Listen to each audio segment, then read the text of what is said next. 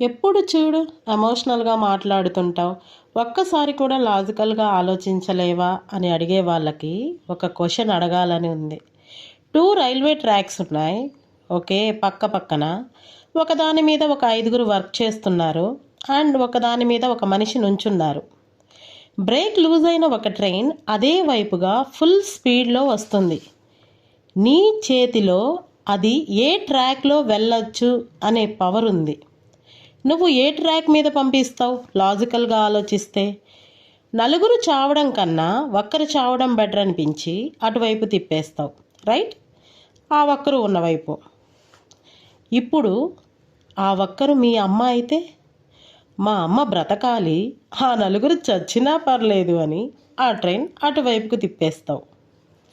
Now tell me, అది logical డెసిషనా? కాదే, emotional decision. మన లైఫ్లో తీసుకునే ప్రతి డెసిషన్లో ఎమోషన్ ఒక వెరీ బిగ్ వాల్యూ ఇస్తుంది.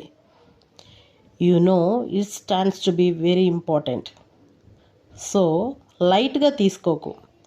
ప్రతి డెసిషన్ నీ లాజికల్ సైడ్ని ఎంత కన్విన్స్ చేస్తుందో, నీ ఎమోషనల్ సైడ్ని కూడా అంతే కన్విన్స్ చేస్తేనే డెసిషన్స్ తీసుకో.